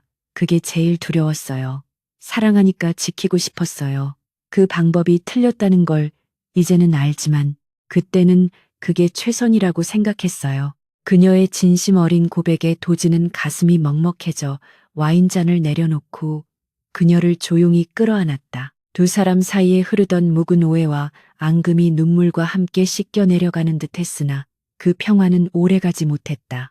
거실 탁자 위에 놓인 도진의 휴대폰이 요란하게 진동하기 시작했고 화면에는 비서실장의 이름이 긴급이라는 글자와 함께 떠 있었다. 도진이 전화를 받자마자 비서실장의 다급한 목소리가 들려왔다. 회장님, 지금 인터넷이랑 증권가 찌라시의 사모님과 도련님에 대한 악성 루머가 도배되고 있습니다. 막으려고 해봤지만 역부족입니다. 최 여사님 쪽에서 작정하고 터뜨린 것 같습니다. 도진의 표정이 순식간에 차갑게 굳어지며 눈빛에서 살기가 뿜어져 나왔다. 내용은 확인했어. 얼마나 저급한 소설을 써놨는지 읊어봐. 비서실장이 머뭇거리며 보고한 내용은 참담하기 그지없었는데 한여름이 과거 유흥업소 출신이며 아이의 친부가 강도진이 아닐 가능성이 높다는 식의 입에 담기 힘든 허위 사실들이었다. 심지어 도진이 유전자 검사도 없이 아이를 호적에 올리려 한다는 거짓 정보까지 퍼뜨려 주주들의 불안 심리를 자극하고 있었다. 전화를 끄는 도진은 분노로 인해 손이 부들부들 떨렸지만 여름이 눈치채지 못하도록 애써 평정을 유지하려 했다. 하지만 이미 눈치가 빠른 여름은 도진의 굳은 표정과 살벌한 분위기를 감지하고 불안한 눈빛으로 그를 바라보았다. 무슨 일이에요? 회사에 문제라도 생겼나요? 저 때문인가요? 도진은 여름의 어깨를 감싸쥐며 단호하게 말했다. 보지 마. 아무것도 보지 말고 듣지도 마. 네 잘못 아니야. 저들이 더럽고 비열한 수법을 쓰는 것뿐이야. 내가 다 해결할 거야. 맹세코 너랑 하늘이 털끝 하나 건드리지 못하게 할 거야. 도진은 즉시 여름의 휴대폰을 압수하고 TV와 인터넷 선을 차단해 버렸지만 불안감은 독가스처럼 집안을 잠식해 들어왔다. 도진은 서재로 들어가 법무팀장과 홍보팀장을 소집하고 최 여사 측에 대한 전면전을 선포하는 긴급 화상회의를 주재했다.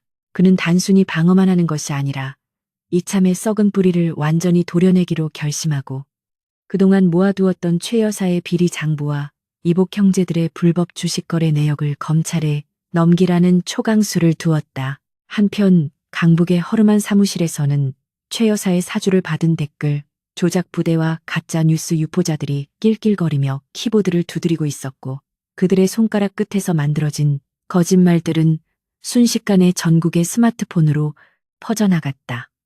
선율그룹의 주가는 곤두박질 치기 시작했고 주주들은 본사 로비로 몰려와 해명을 요구하며 시위를 벌이는 등 상황은 걷잡을 수 없이 악화되고 있었다. 최 여사는 본가에서 이 모든 상황을 지켜보며 회심의 미소를 지었고 도진이 무릎 꿇고 빌러올 때까지 공격을 멈추지 않을 생각이었다. 그녀는 도진이 여자와 아이 때문에 이성을 잃고 자멸할 것이라고 확신하고 있었다. 새벽이 밝아올 무렵 도진은 밤새 한숨도 자지 못한 채 충혈된 눈으로 창밖을 내려다보고 있었다. 그는 자신이 가진 권력과 돈이 소중한 사람 하나 지키기에 얼마나 무력할 수 있는지 뼈저리게 느끼고 있었다. 그때 서재 문이 조심스럽게 열리고 여름이 들어왔는데 그녀의 얼굴은 창백했지만 눈빛만은 결연했다. 회장님, 저 다 봤어요. 제 휴대폰은 없지만 노트북으로 뉴스 확인했어요. 저 때문에 회장님이랑 회사가 위험해지는 거 원치 않아요. 제가 나가서 해명할게요. 유전자 검사도 공개하고 제 과거 기록도 다 보여줄게요. 도진은 놀라서 여름에게 다가가 그녀의 입을 막았다. 미쳤어. 그게 저들이 원하는 거야. 네가 흙탕물에 들어오는 순간 저들은 너를 갈기갈기 찢어 밝힐 거야. 절대 안 돼. 여름은 도진의 손을 잡으며 간절하게 호소했다. 그럼 언제까지 숨어 있어야 해요? 하늘이가 커서 이 모든 걸 알게 되면요. 저는 엄마로서 당당하고 싶어요. 회장님 뒤에 숨어서 보호만 받는 존재가 아니라 회장님 옆에서 같이 싸우는 파트너가 되고 싶어요. 제발 저를 믿어주세요. 그녀의 강인한 태도에 도진은 크게 한 방 얻어맞은 듯한 충격을 받았다. 그는 여름을 그저 지켜줘야 할 연약한 존재로만 생각했지 함께 싸울 동지로 생각하지 않았던 자신의 오만함을 깨달았다. 도진은 여름의 손을 꽉 잡으며 고개를 끄덕였다. 그래, 같이 싸우자. 대신 약속해. 내 옆에서 한 발자국도 떨어지지 않겠다고. 우리가 함께라면 저 따위 잡배들 두렵지 않아. 다음 날 아침 도진은 여름의 손을 잡고 당당하게 현관문을 나섰고 수많은 기자들이 진을 치고 있는 호텔 로비로 향했다. 그는 더 이상 피하지 않고 정면 돌파를 선택했고 여름 역시 도진의 곁에서 고개를 꼿꼿이 들고 카메라, 플래시 세례를 받아냈다. 도진은 마이크 앞에 서서 또렷하고 강한 어조로 선언했다. 지금 떠도는 모든 루머는 사실무근이며 유포자에 대해 끝까지 법적 책임을 물을 것입니다. 그리고 제 옆에 있는 이 여자는 제 아내이자 선율그룹의 안주인이 될 사람입니다. 또한 제 아들 강하늘은 제 유일한 적통 후계자임을 이 자리에서 공식적으로 밝힙니다. 도진의 폭탄 선언에 회장님은 술렁였고 카메라는 쉴 새 없이 셔터를 눌러댔다. 도진의 공식 발표는 여론의 흐름을 단번에 뒤집어 놓았고 그의 당당한 태도와 여름의 기품 있는 모습에 대중들은 오히려 응원을 보내기 시작했다. 하지만 최 여사는 이대로 물러설 위인이 아니었고 그녀는 최후의 발악으로 더 끔찍하고 위험한 계획을 실행에 옮기려 하고 있었다. 그녀는 어둠 속에서 누군가에게 전화를 걸어놨고 섬뜩한 목소리로 지시했다. 기자회견 따위로 상황이 정리될 것 같아. 애초에 그 아이만 없었다면 아무 문제 없었어. 오늘 밤 당장 처리해. 실패는 용납하지 않아. 수화기 너머의 남자는 짧게 대답하고 전화를 끊었고 검은 그림자가 펜트하우스 주변을 배회하기 시작했다. 그날 밤 도진과 여름이 안방에서 잠시 대화를 나누는 사이 거실에서 놀고 있던 하늘이가 감쪽같이 사라지는 사건이 발생했다. 도진은 이상한 낌새를 채고 거실로 뛰쳐나왔지만 열린 베란다 창문으로 들어온 바람만이 커튼을 휘날리고 있었고 바닥에는 하늘이가 가지고 놀던 로봇 장난감만이 덩그러니 놓여 있었다. 도진의 머릿속이 하얗게 변하며 심장이 멈추는 듯한 공포가 엄습했다. 그는 창문 밖을 내다보며 절규하듯 아이의 이름을 불렀지만 돌아오는 것은 차가운 밤바람 소리뿐이었다. 이것은 단순한 루머나 공격이 아닌 생명을 담보로 한 실질적인 전쟁의 시작이었다. 한남동 펜트하우스의 고요하던 공기는 순식간에 지옥의 아수라장으로 변해버렸고 아이가 사라진 텅 빈 거실에는 한여름의 비명만이 처절하게 울려 퍼지고 있었다. 강도진은 찢어진 방충망과 열린 베란다 창문을 멍하니 바라보다가 이내 짐승 같은 포효를 내지르며 옆에 있던 장식장을 주먹으로 내려쳤다. 유리가 산산조각이 나며 그의 손등에서 붉은 선혈이 뚝뚝 떨어졌지만 육체의 고통 따위는 지금 그의 심장을 난도질하는 절망감에 비하면 아무것도 아니었다. 그는 바닥에 주저앉아 실성한 사람처럼 아이의 이름을 부르는 여름을 일으켜 세우며 그녀의 어깨를 부서질 듯 움켜쥐었다. 정신 차려. 한여름 지금 울고 있을 시간 없어. 놈들은 멀리 못 갔을 거야. 내 목숨을 걸고 맹세하건대 하늘이 털끝 하나라도 다치게 하면 그 새끼들 산채로 묻어버릴 거야. 도진의 눈동자는 붉게 충혈되다 못해 광기마저 서려 있었고 그 모습은 냉철한 기업가가 아닌 새끼 잃은 늑대 그 자체였다. 도진은 피 묻은 손으로 휴대폰을 꺼내 비서실장에게 전화를 걸었고 수화기 너머로 들리는 그의 목소리는 지옥에서 들려오는 사신의 명령처럼 낮고 섬뜩했다. 지금 당장 한남동 일대 모든 도로 봉쇄의 경찰청장에게 연락해서 검문 검색 강화하고 내 사설 경호팀 전원 소집해 쥐새끼 한 마리도 빠져나가지 못하게 막아. 그는 전화를 끊기도 전에 옷장으로 달려가 방탄조끼와 호신용 3단봉을 챙겼는데 이것은 그가 기업 사냥꾼들에게 위협받던 시절 이후 처음 꺼내는 물건들이었다. 여름은 도진의 비장한 모습에 공포를 느끼면서도 그를 붙잡고 매달렸다. 저도 갈래요. 제발 데려가 주세요. 집에 가만히 앉아서 미칠 것 같아요. 하늘이가 얼마나 무서워할 텐데 엄마가 없으면 안 돼요. 그녀의 애원 섞인 눈물에 도진은 잠시 망설였지만 이내 고개를 끄덕이며 그녀의 손을 잡았다. 대신 내 뒤에서 한 발자국도 떨어지지 마.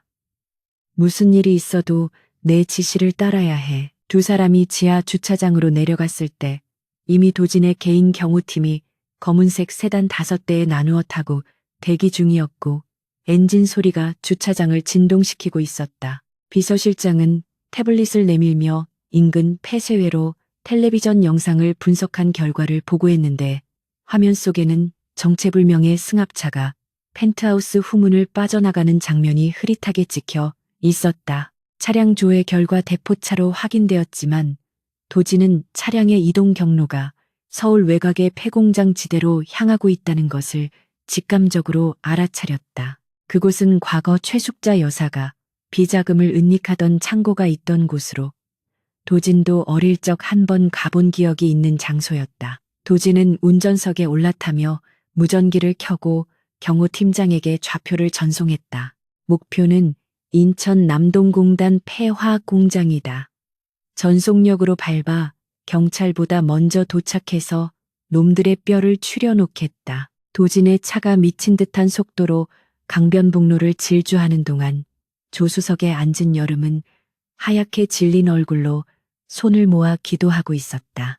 빗방울이 차창을 때리기 시작하더니 이내 폭우로 변해 시야를 가렸지만 도진은 속도를 줄이지 않고 빗길을 가르며 앞차들을 추월해 나갔다. 그의 머릿속에는 오직 하나 공포에 떨고 있을 아들의 얼굴뿐이었고 그 상상은 그의 이성을 마비시키고 살인 본능만을 일깨우고 있었다. 놈들이 돈을 원했다면 연락이 왔을 텐데 침묵하고 있다는 건 목적이 돈이 아니라 아이의 목숨이거나 도진의 파멸이라는 뜻이었다. 도진은 핸들을 꽉 쥐며 이세로 욕설을 내뱉었다. 최숙자, 당신이 정말 갈 때까지 갔구나. 내 아들을 건드린 대가가 얼마나 혹독한지 똑똑히 보여주마. 오늘 밤이 당신의 제삿날이 될 거다. 1시간여를 달려 도착한 폐공장은 을씨년스러운 기운을 내뿜으며 어둠 속에 잠겨 있었고 빗소리에 묻혀 주변은 죽은 듯이 고요했다. 도진은 전조등을 끄고 공장 입구에서 떨어진 곳에 차를 세운 뒤 경호원들에게 은밀하게 포위망을 좁히라고 신호를 보냈다. 그는 여름에게 차문을 잠그고 절대 나오지 말라고 당부한 뒤 빗속으로 뛰어들었는데 여름은 차마 그를 혼자 보낼 수 없어 입을 틀어막고 차창에 매달려 그의 뒷모습을 지켜보았다. 낡은 철문 사이로 희미한 불빛이 새어나오는 것이 보였고 도진은 숨을 죽이고 그곳으로 접근했다. 안에서는 거친 남자들의 목소리와 아이의 훌쩍이는 소리가 들려왔고 그 소리를 듣는 순간 도진의 심장은 멈추는 듯 했다가 다시 미친 듯이 뛰기 시작했다. 공장 내부에는 덩치 큰 사내 셋이 드럼통에 불을 피워놓고 잡담을 나누고 있었고 그 뒤편 기둥에 하늘이가 밧줄로 묶인 채 입에 재갈이 물려 있었다. 아이의 얼굴은 눈물 범벅이 되어 있었고 공포에 질려 파랗게 질린 입술을 떨고 있었는데 그 모습을 본 도진의 눈앞이 하얗게 변했다. 그는 더 이상 작전이나 신중함 따위는 필요 없다고 판단하고 쇠파이프 하나를 집어들고 정면으로 걸어 들어갔다. 쾅 하는 소리와 함께 녹슨 철문이 날아가자 사내들은 놀라 자리에서 일어났고 도진은 비를 흠뻑 맞은 채 지옥에서 온 악귀 같은 형상으로 그들 앞에 섰다. 내 아들한테서 그 더러운 손 떼라 죽고 싶지 않으면. 도진의 목소리는 낮고 차분했지만 그 안에 담긴 살기는 공장 안의 온도를 몇 도는 떨어뜨리는 듯했다. 사내 중 우두머리로 보이는 자가 비웃으며 칼을 꺼내 들었다. 어이구, 강 회장님이 직접 납시셨네. 경호원도 없이 혼자 오셨어. 이거 너무 무모한 거 아니야. 우린 사모님한테서 당신 다리 하나만 분질러 놓으라는 명령을 받았는데 그 말이 끝나기도 전에 도진은 쇠파이프를 휘두르며 달려들었고 순식간에 우두머리의 팔을 가격해 칼을 떨어뜨리게 만들었다. 억하는 비명과 함께 난투극이 벌어졌고 도진은 수적으로 불리한 상황에서도 물러서지 않고 미친 듯이 쇠파이프를 휘둘러댔다. 그는 기업 총수로서의 품위 따위는 개나 줘버리고 오직 아들을 구하겠다는 일념 하나로 짐승처럼 싸웠다. 주먹이 날아오고 발길질이 오갔지만 도진은 고통을 느끼지 못하는 사람처럼 맞으면서도 앞으로 전진했다. 그때 뒤에서 기회를 엿보던 다른 사내가 강목으로 도진의 뒤통수를 가격하려 했으나 하늘이가 으붑거리며 필사적으로 소리를 질러 위험을 알렸다. 도진은 본능적으로 몸을 숙여 공격을 피하고 뒤돌려 차기로 사내의 복부를 가격해 쓰러뜨렸다. 하지만 그 틈을 타 우두머리가 다시 칼을 집어들고 하늘이에게 달려가 목에 칼을 겨누었다. 동작 그만 움직이면 애새끼 목을 따버리겠어. 도진은 쇠파이프를 든 채 자리에 멈춰섰고 거친 숨을 몰아쉬며 우두머리를 노려보았다. 그의 이마에서는 피가 흘러내려 시야를 가렸지만 눈빛만은 형형하게 빛나고 있었다. 비겁한 새끼 애를 인질로 잡아 내 놈들이 그러고도 남자냐. 우두머리는 비열한 웃음을 흘리며 하늘이의 목에 칼날을 더 가까이 댔고 아이의 하얀 목덜미에 붉은 선이 그어지며 피가 배어 나왔다. 그 모습을 본 도진은 이성이 완전히 끊어지는 것을 느꼈다. 그는 손에 들고 있던 쇠파이프를 바닥에 던지며 천천히 두 손을 들었다. 알았다. 진정에 원하는 게 돈이야. 아니면 내 목숨이야. 다 줄 테니까 애는 놔줘. 우두머리가 도진의 항복에 방심하며 긴장을 푸는 찰나 도진의 눈짓을 받은 경호 팀장이 천장에 깨진 창문을 통해 진입하여 우두머리의 어깨를 향해 테이저건을 발사했다. 타닥하는 소리와 함께 전류가 흐르자 우두머리는 경련을 일으키며 쓰러졌고 도진은 그 틈을 놓치지 않고 달려가 아이를 낚아채 품에 안았다. 도진은 밧줄을 풀고 재갈을 물리자마자 하늘이를 으스러지도록 끌어안았고 아이는 그제야 참았던 울음을 터뜨리며 아빠를 불렀다. 아빠 무서웠어. 엉엉 아빠가 안 올까봐 무서웠어. 도진은 피와 땀으로 범벅이 된 얼굴을 아이의 뺨에 비비며 흐느꼈다. 미안하다 하늘아. 아빠가 너무 늦게 왔지. 미안해. 이제 괜찮아. 아빠가 왔어. 아무도 널 못 건드려. 그때 밖에서 기다리다 못한 여름이 달려들어왔고 쓰러져 있는 사내들과 피투성이가 된 도진. 그리고 울고 있는 하늘이를 보고 다리에 힘이 풀려 주저앉았다. 도진은 한 팔로 하늘이를 안고 다른 한 팔로 여름을 감싸 안으며 세 사람은 폐공장 바닥에서 서로의 온기를 확인하며 오열했다. 경찰 사이렌 소리가 요란하게 울리며 공장 주변을 에워쌌고 수갑을 찬 납치범들이 줄줄이 연행되어 나갔다. 현장에 도착한 형사반장은 도진의 참혹한 몰골을 보고 구급차를 불렀지만 도진은 고개를 저으며 하늘이부터 챙기라고 소리쳤다. 나 말고 내 아들부터 봐. 혹시 어디 다친 데 없는지 꼼꼼하게 검사해. 구급대원들이 하늘이를 살피는 동안 도진은 비서실장에게 전화를 걸어 마지막 지시를 내렸다. 지금 바로 최숙자 자택으로 경찰 병력 보내 납치 교사 혐의로 긴급 체포의 증거는 이놈들 자백이랑 통화 기록이면 충분할 거야. 내 변호인단 총동원해서 절대 빠져나가지 못하게 만들어. 한편 본가에서 승전보를 기다리며 와인을 마시고 있던 최 여사는 들이닥친 경찰들에 의해 사색이 되어 끌려나갔다. 그녀는 변호사를 부르라며 고래고래 소리를 질렀지만 이미 모든 언론이 그녀의 악행을 대서특필하고 있었고 그녀가 믿었던 정재계 인맥들도 등을 돌린 뒤였다. 납치 사주뿐만 아니라 그동안의 횡령과 주가 조작 혐의까지 모두 드러나면서 그녀는 완벽하게 파멸의 길로 들어섰다. 텔레비전 뉴스에서는 강도진 회장이 직접 몸을 던져 아들을 구했다는 미담과 함께 최 여사의 추악한 민낯이 실시간으로 보도되고 있었고 여론은 도진에게 동정표와 함께 열광적인 지지를 보냈다. 병원 응급실에서 간단한 처치를 받은 도진은 붕대를 감은 채 하늘이가 입원한 병실로 향했다. 하늘이는 진정제를 맞고 잠들어 있었고 여름은 그 곁을 지키며 아이의 손을 잡고 있었다. 도진이 들어오자 여름은 자리에서 일어나 그의 상처를 어루만지며 눈물을 흘렸다. 바보같이 왜 그렇게 무모했어요? 회장님 몸이라도 잘못되면 우린 어떡하라고. 도진은 여름의 손을 잡고 자신의 입술에 가져다 대며 희미하게 미소 지었다.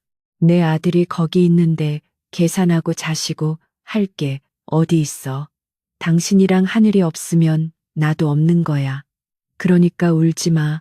이제 정말 다 끝났어. 도진은 잠든 하늘이의 이마에 입을 맞추고 여름을 곁에 앉힌 뒤 창밖을 바라보았다. 폭풍우가 지나간 서울의 밤하늘은 언제 그랬냐는 듯 맑게 개어 있었고 별들이 총총히 빛나고 있었다. 그는 이번 사건을 계기로 자신이 지켜야 할 것이 무엇인지 그리고 진정한 힘이 어디서 나오는지 깨달았다. 그것은 차가운 돈이나 권력이 아니라 따뜻한 가족의 품과 그들을 지키려는 의지였다. 도진은 여름의 어깨에 머리를 기대며 속삭였다. 우리 이제 진짜 가족이 되자. 결혼식도 올리고 혼인신고도 하고 세상 사람들 보란 듯이 행복하게 살자. 나 받아줄 거지. 여름은 눈물을 닦으며 고개를 끄덕였고 도진의 품에 안겼다. 네, 회장님 아니, 도진 씨, 우리 세 사람 다신 헤어지지 말아요. 죽을 때까지 함께해요. 병실안은 두 사람의 사랑과 안도감으로 가득 찼고 고난 끝에 찾아온 평화는 그 어느 때보다 달콤했다. 하지만 도진의 눈빛은 여전히 날카롭게 빛나고 있었다.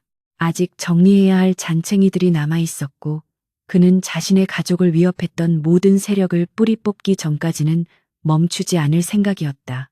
이제 그는 단순한 기업가가 아닌 가족을 위해 싸우는 전사였고 세상에서 가장 강한 아빠였다. 다음 날 아침 도진은 휠체어를 타고 기자회견장에 나타나 다시 한번 세상을 놀라게 했다. 그는 자신의 부상 투혼을 숨기지 않고 드러내며 최 여사 일가와의 전면전을 선포했고 그룹 내의 썩은 환부를 도려내겠다는 강력한 의지를 표명했다. 주주들은 그의 결단력과 가족애에 감동하여 만장일치로 그의 회장 연임을 지지했고 선율 그룹의 주가는 연일 상한가를 기록했다.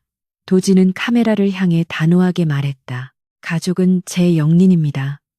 누구든 제 가족을 건드리면 선율그룹의 모든 힘을 동원해서 응징할 것입니다. 이것은 경고가 아니라 약속입니다. 그의 선언은 전국에 생중계되었고 화면을 보고 있던 하늘이는 엄마를 보며 자랑스럽게 외쳤다. 우리 아빠 진짜 멋있다, 그치? 엄마. 여름은 활짝 웃으며 아이를 꼭 끌어안았다.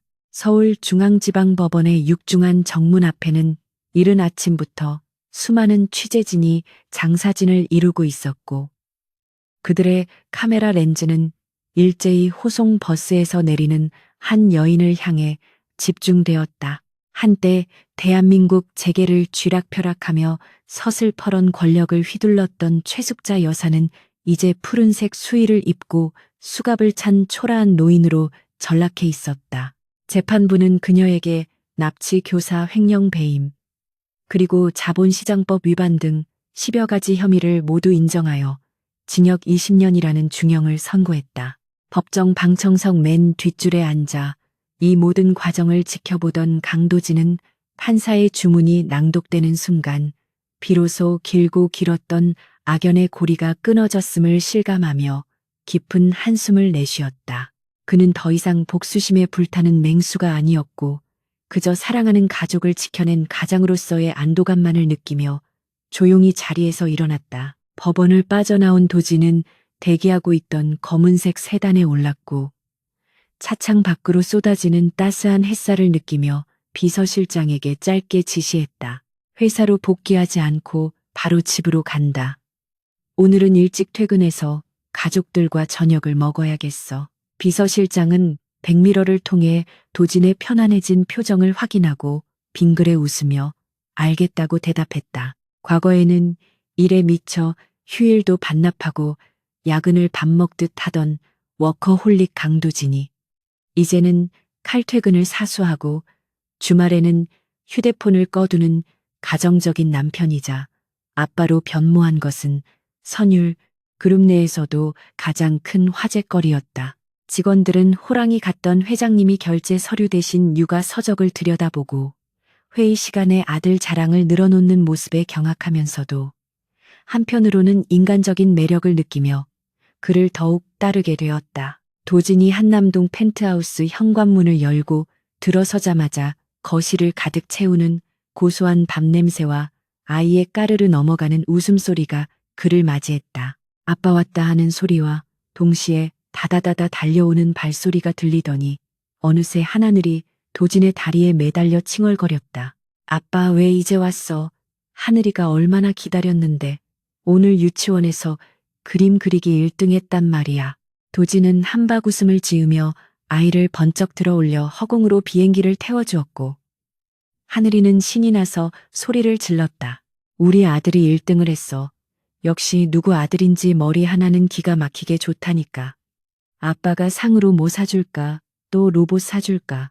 주방에서 앞치마를 두르고 나온 한여름은 그 모습을 보고 고개를 절레절레 흔들며 국자를 든 채 잔소리를 퍼부었다. 여보 자꾸 오냐오냐 하니까 애가 버릇이 없어지잖아요.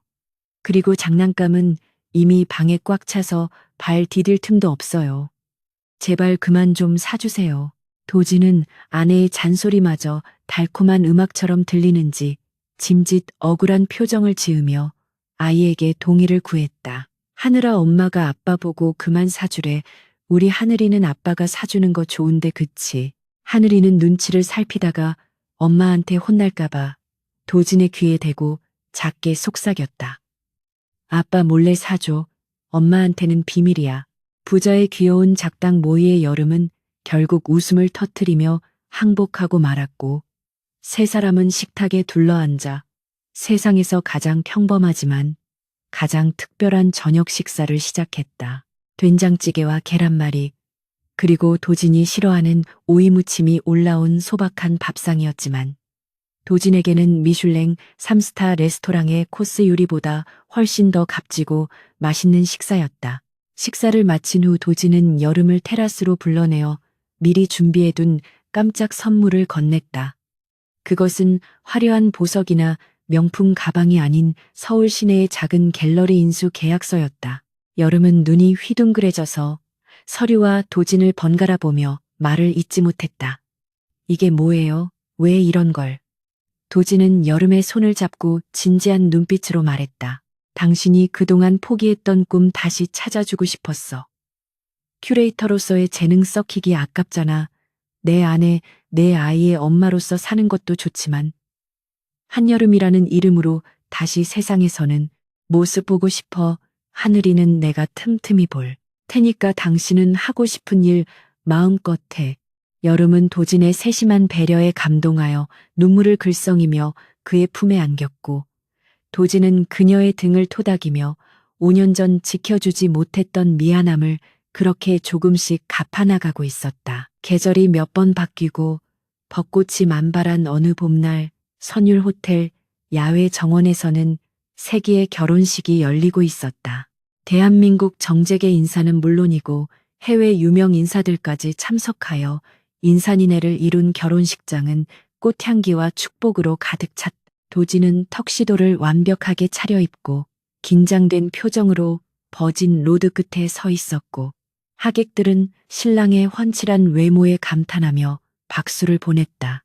그리고 웅장한 웨딩 마치와 함께 순백의 웨딩드레스를 입은 여름이 아버지 대신 도진의 손을 잡기 위해 천천히 걸어 들어왔다. 그녀의 모습은 눈이 부시게 아름다웠고 도진은 심장이 솟는 듯한 전율을 느끼며 그녀에게서 눈을 떼지 못했다. 하지만 이날의 하이라이트는 신랑 신부가 아닌 꼬마 화동 한하늘이었다.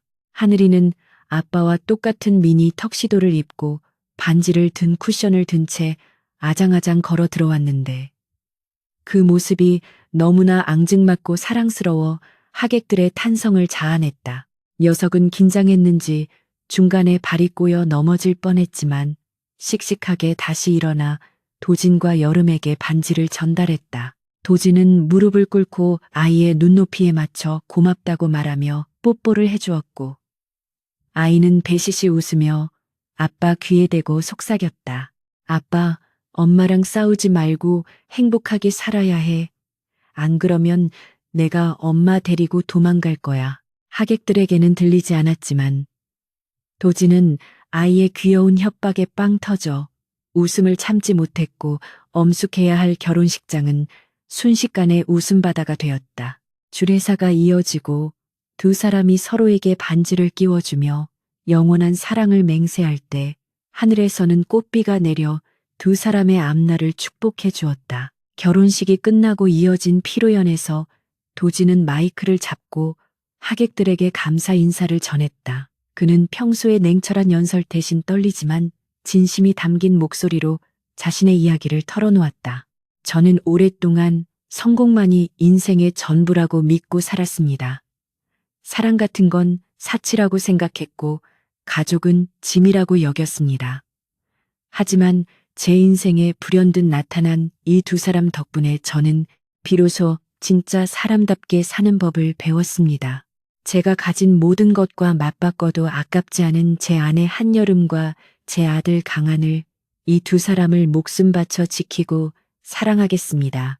도진의 진심 어린 고백의 여름은 눈물을 훔쳤고 하객들은 기립 박수로 그들의 앞날을 응원했다. 시간은 흘러 어느덧 하늘이가 초등학교에 입학하는 날이 되었다. 도진은 회사 일이 바쁘다는 핑계도 대지 않고 아들의 입학식에 참석하기 위해 만사를 제쳐두고 학교로 달려갔다.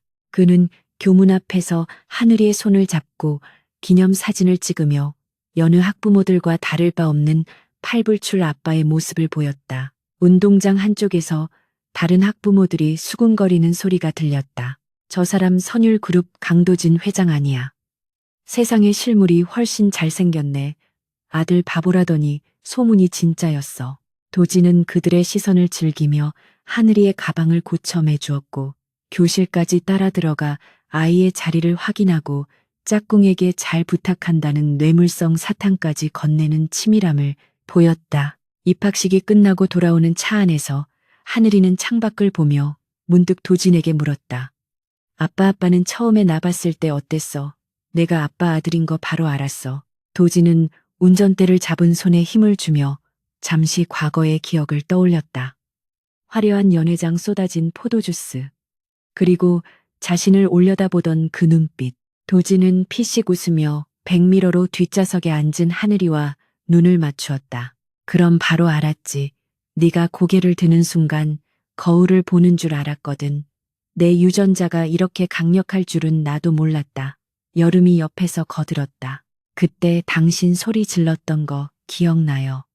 누구애냐고 고래고래 소리 질러놓고 하늘이 얼굴 보자마자 꿀먹은 벙어리 된 거 진짜 웃겼는데. 세 사람은 서로를 바라보며 한바탕 크게 웃었다. 그때의 그 고함 소리가 지금의 행복을 가져다 준 시작점이었다고 생각하니 인생이란 참 알 수 없는 것이었다. 도진은 신호 대기 중에 잠시 차를 세우고 뒷좌석으로 몸을 돌려 여름의 손을 잡고 하늘이의 머리를 쓰다듬었다. 그때 내가 소리 지른 건 내 인생 최고의 실수이자 최고의 행운이었어. 만약 그때 너희를 그냥 지나쳤다면 난 평생 껍데기뿐인 삶을 살았을 테니까 고마워 나한테 와줘서. 그리고 나를 포기하지 않아줘서. 여름은 도진의 손등에 키스하며 화답했다. 우리도 고마워요. 이렇게 든든한 울타리가 되어줘서 사랑해요. 여보, 하늘이도 질세라 소리쳤다. 나도 아빠 엄마 사랑해. 차는 다시 부드럽게 출발하여 봄 기운이 완연한 가로수길을 달렸다. 도진은 이제 더 이상 과거의 상처나 미래의 불안 따위는 생각하지 않았다. 그의 옆에는 사랑하는 아내가 있고 뒤에는 든든한 아들이 있으며 그들이 함께 만들어갈 내일은 오늘보다 더 빛날 것임을 확신하기 때문이었다. 그는 창문을 열고 들어오는 시원한 바람을 맞으며 속으로 다짐했다. 이 평범하고도 기적 같은 일상을 지키기 위해 나는 언제든 다시 싸울 준비가 되어 있다고. 그리고 다시는 그 누구에게도 내 가족을 잃어버리지 않을 것이라고. 그날 밤 잠자리에 든 도진은 잠든 여름과 하늘이의 얼굴을 번갈아 바라보다가 침대 협탁 위에 놓인 액자를 집어들었다. 그 속에는 셋이서 처음으로 함께 찍었던 가족 사진이 들어 있었다. 어색하게 웃고 있던 그때와 달리 지금 그들의 얼굴에는 편안함과 행복이 가득했다. 도지는 조명을 낮추고 여름의 이마에 굿나잇 키스를 한 뒤 조용히 눈을 감았다. 꿈속에서도 이 행복이 계속되기를 바라며 그는 깊은 잠에 빠져들었다. 강두진 회장의 파란만장했던 인생 제2막은 그렇게 따뜻하고 완벽한 해피엔딩으로 막을 내리고 있었다.